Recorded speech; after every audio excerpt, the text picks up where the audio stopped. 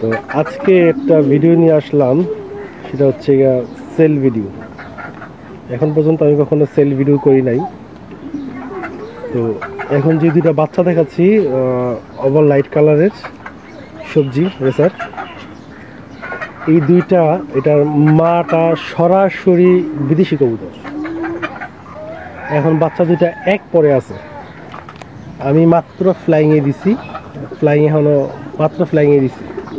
এতদিন লক করা ছিল পাখাগুলা, মাত্র ফ্লাইংয়ে দিলাম। কবুতরগুলো একটু দেখেন, কবুতরগুলো হাইট, তার বডি শেপ, কালার, ঠোঁটের গঠন আর ব্যালেন্স, ফেদারগুলো আমি ধরে দেখার চেষ্টা করবো।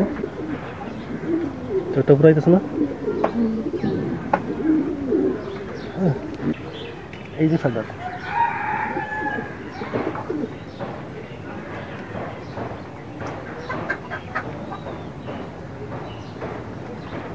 এই যে ফেদার, খুবই সুন্দর শাইনিং কবুতরটা। এই যে চেহারা,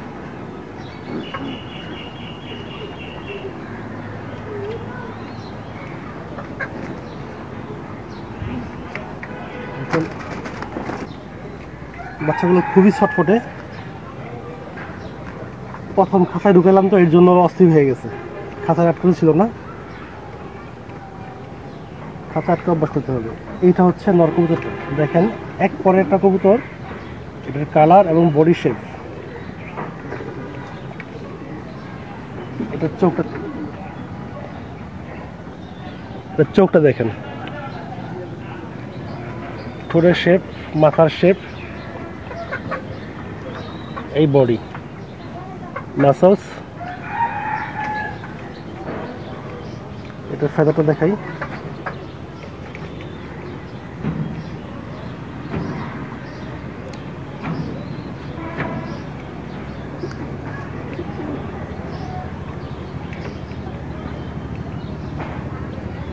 এই মাসলস।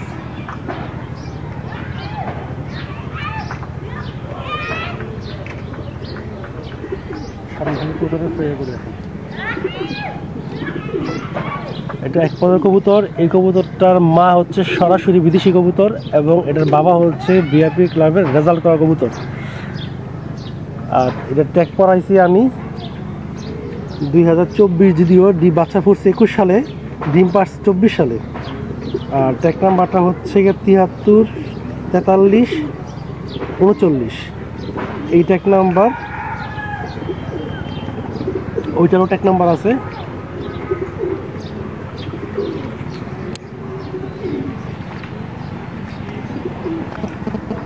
এইটা আরও 2024 সালে, ডিম পারছে 24 সালে, বাচ্চা ফুটছে 25 সালে। 73, 43, 38 এই ট্যাগ নাম্বার। বাচ্চাগুলোর সাইজ, এটা প্যারেন্টসের সাইজ খুবই হেলদি। যদি কবুতরটা কোনো ভাই বন্ধু পছন্দ করেন, নিতে চাইলে একদম পড়বে 2500 টাকা। রেজাল্টের জন্য খুবই ভালো হবে।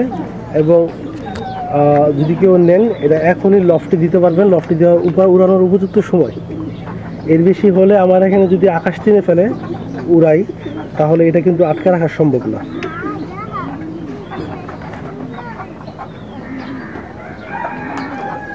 তো আজকে এই পর্যন্তই, সবাই ভালো থাকবেন। আসসালামু আলাইকুম।